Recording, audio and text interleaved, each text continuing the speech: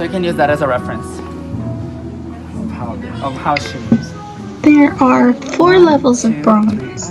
At the time, I was bronze 2. Straight, straight, straight. 1, 2. See how she crossed it in front? And silver is the next level up. Let's see if we can do that.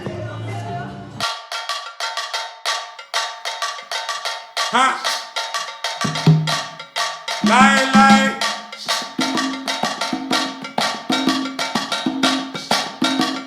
We don't. Again, you're the only one who can fix that, right? I cannot fix your weight. I mean, you're sweating now, great, you did a good workout, but then whatever happens then when you walk out the door is not on me. Now, wait a minute. This is not so uncommon in the world of dance. Now, I am in no way condoning fat shaming. I'm just not so sure that that's what was going on here. But Wesley and I had been going through a lot. We were going to have to do a lot of lifts and tricks, and at that point, my weight really started becoming an issue. I just wasn't expecting to hear it so abruptly at the beginning of my lesson. But that's not all. This lesson takes the Babel Reel on a whole new journey. So, it was the same feedback. So that's what makes me believe when you say things like you said yesterday is delusional. Really. What? Like what you said yesterday with the light and distractions. That you feel like they are not as high level, or they cannot add, or they would slow you down. I know you work a lot. Sorry? He gave you the same exact commentary. They didn't? No. He wants me to work on What did she tell you yesterday? The same thing. It's different. Okay. I really believe that you're working hard, and I really believe you're evolving, but I also believe that takes you in a place that reality that doesn't exist. If you really think you look better than Zola, but then if you don't get consistent, Delusional? This session was not starting off very well. I was getting trashed. Also a little offended because of my mental illness.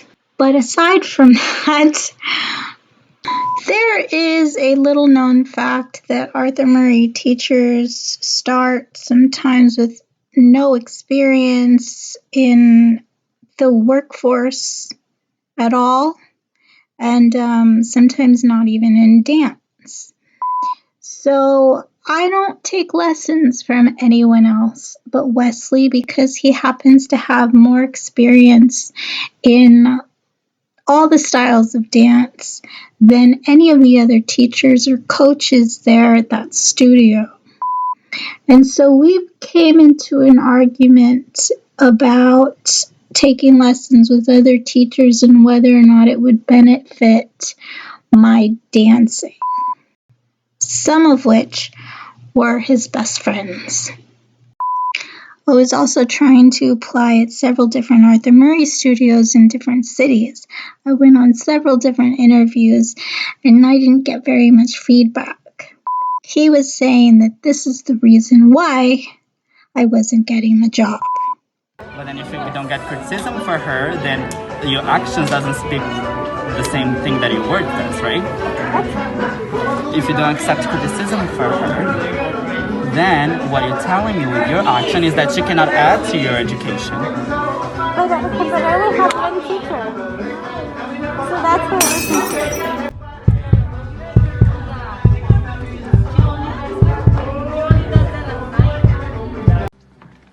And so we dance. This time we have a coaching with Mr. Bobby Gonzalez, Arthur Murray's famous salsa king. He wrote the salsa syllabus for Arthur Murray, and he will be helping to train me on my technical skills for merengue, salsa, and bachata. He is also the co-owner of this particular Arthur Murray studio with his wife, Kate, and it is always really nerve-wracking when I have a coaching with him in particular because I feel like he's always walking around watching everybody, especially his competitors, and collecting a lot of information. So, talk about being judged.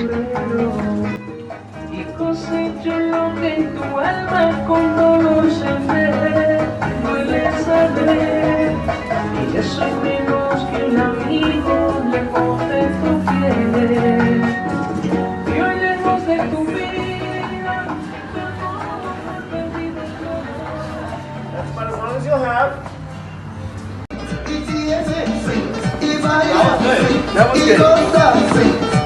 So that's good. So for the flip side, it's more relief. Katana, when you do these números, you do like a shadow. So the midpoint looks lofty. That's good. The first one was a shadow. You do that one?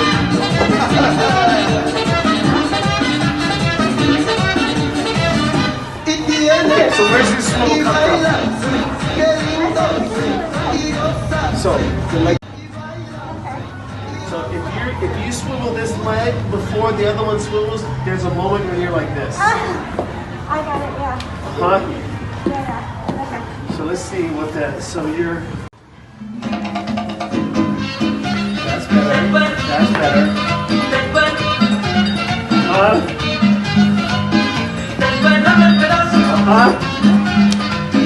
Dan, is there another shadow position thing you do? Something else I saw.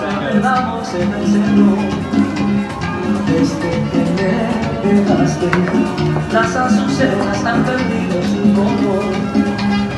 Desde que te dejaste, Okay, let's get that position again. To show your posture. no más nada que extrañar tu corazón. Recuérdame el pedazo, ya no aguanto esta pena. It's okay. It's not that close. I'm not close to you at all. Yes. Ya no aguanto esta pena. So what's happening is I was having issues with my posture, which I don't believe. Actually, my posture is perfect. My problem is my shoulders were too far back, and so my arms went behind my shoulders, which caused an issue in the look and the feel of the dance. So he's trying to get me into a proper position where I can feel where I'm supposed to be. And I think that my stubbornness of just hearing your posture is incorrect was frustrating me and making my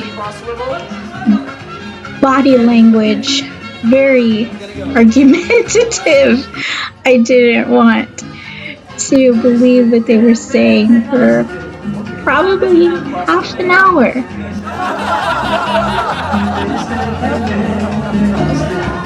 Las azucenas han perdido su color. Desde que me dejaste, la ventanita del lado se me cerró. Desde que me dejaste, no hago más nada que extrañarte el corazón. Recuérdame el pedazo, ya no aguanto esta pena. Tanto tiempo sin verte, es como una condena. Recuérdame el pedazo, ya no aguanto esta pena. Tanto tiempo sin verte, ser tu amigo en las noches. Recuérdame el pedazo, ya no aguanto esta pena. As you can see, I was still having trouble with it in my entrance.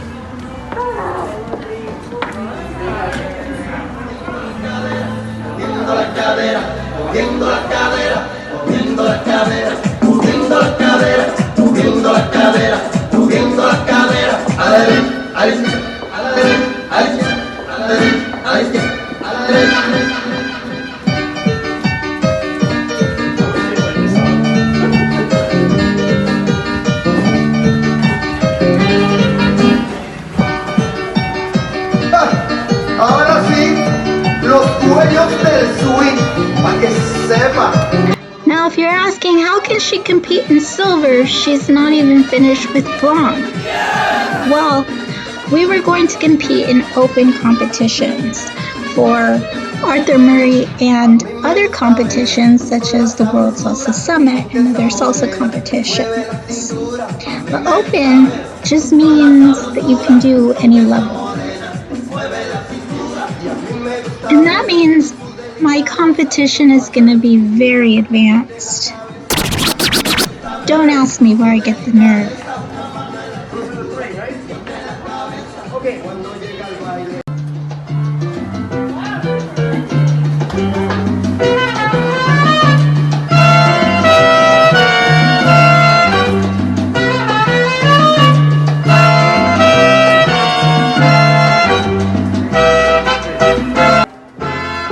A mí me gusta el chico con vino y el pescado con jugo de limón, con pimienta y orégano y lechón, y el arroz con jamón y tocino, para poner el sabor a un viejo.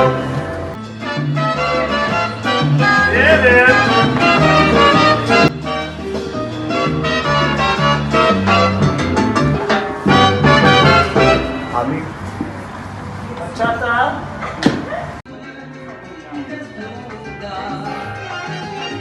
Okay, so I have a problem. My Mexican feet are too fast. What can I say? You go faster than the music. You move into the music, but you can't go faster than the phrase. You're like all a slave to the phrase. When the phrase ends.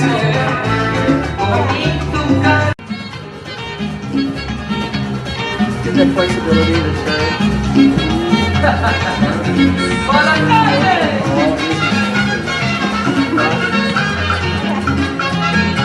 You look like cross your arms here in Tyson. Like you're used to schooling underneath so that you're not doing. That's good. That's good. That's better. Now you practice that a lot, and then the next phase is to practice that without progressing. It's okay, you're progressing for now. I don't mind that, but then like 2 weeks from now you should be able to do that without progressing. So nobody's Exactly. you should be able to do it without going like this. Just be more a process. Flexibility. Salsa, you got fast. It was a slower song, right? Yeah, every time she turns like, slow down. Yeah, that was a slower song, but you don't know what they're gonna play. So what beat of music do you slow down the most on in salsa? 7, right? 1, 2, 3, 5, 6, 7. Because sometimes you go 5, 6, 7, 1. I know what you're thinking. At this point, going into competition, having had competed before, I shouldn't have to be going over the timing of where the 7 is and when you hold and whether or not I should be progressing in certain moves. But the repetition, they tell me, is really what makes things perfect, not so much the practice, but the repetition of the proper movements. So that's why we have to go over this 1,000 times. Also, my nerves were crazy that day. I was a little bit shaky in my shoes. Bobby is in the studio a couple times a month. So I shouldn't really have this issue. But I'll be honest, I think at the time, because I was so adamant about getting a job at Arthur Murray and the fact that I wasn't being hired in the studio where I train and some of the other students were, that I was a little put off by it, and I know that Bobby is one of my lead references, obviously, because he's the owner of the studio where I train. So that probably had a lot to do with my nerves in a coaching.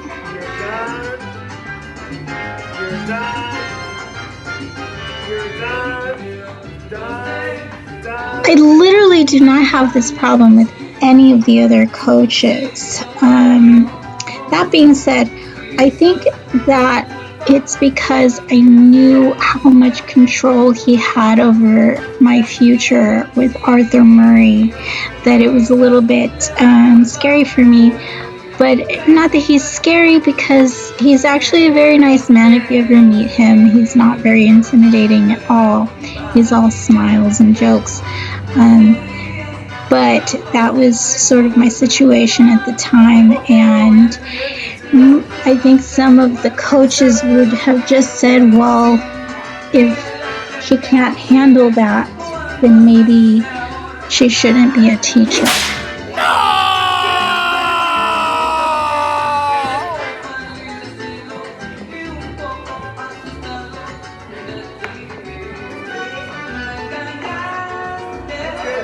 That's better. Okay, ready? Xochitl Lopez. Find the balance. Walk back with your right foot. Go straight forward.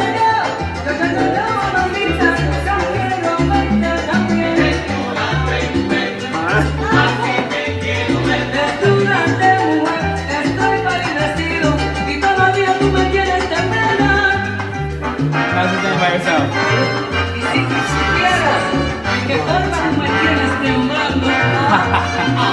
Can you see that she's guessing the stuff? Yeah. She's not See it. connecting. She's guessing Go it. forward.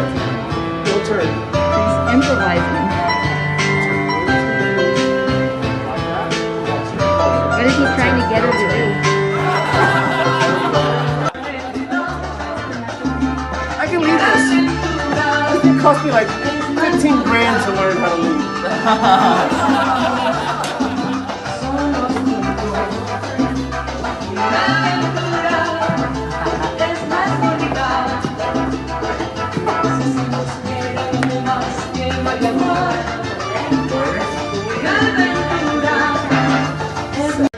Walk, walk, walk. Walk, turn.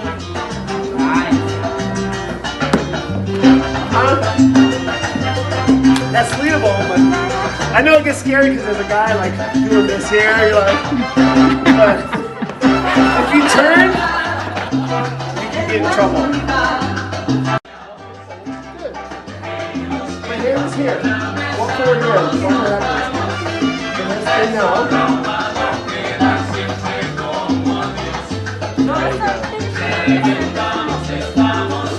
It's not a wild turn.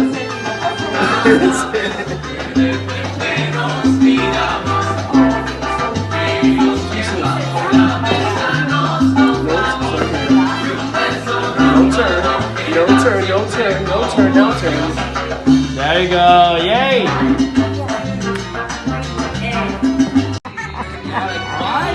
Slow down, Sochi. You always have to get in this turn. Turn. Turn. Good.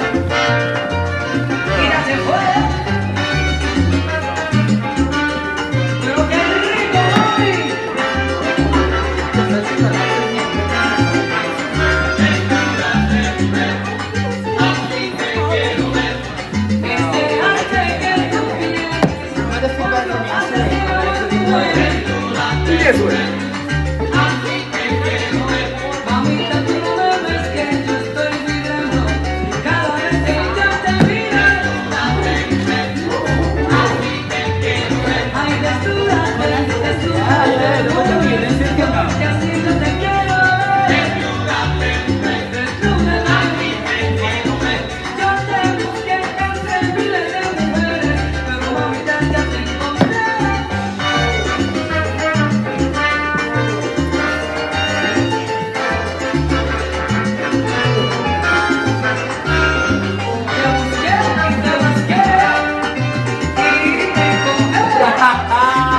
Chickened out.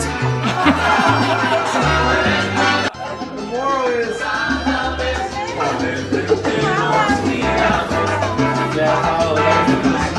Like that happens when I do like this over here.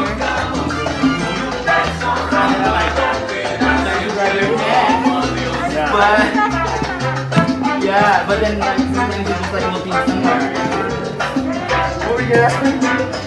See if you can do the last round because like the last is gonna be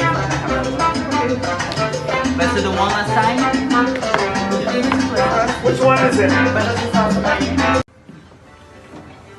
Here. This is where I gotta be. If you look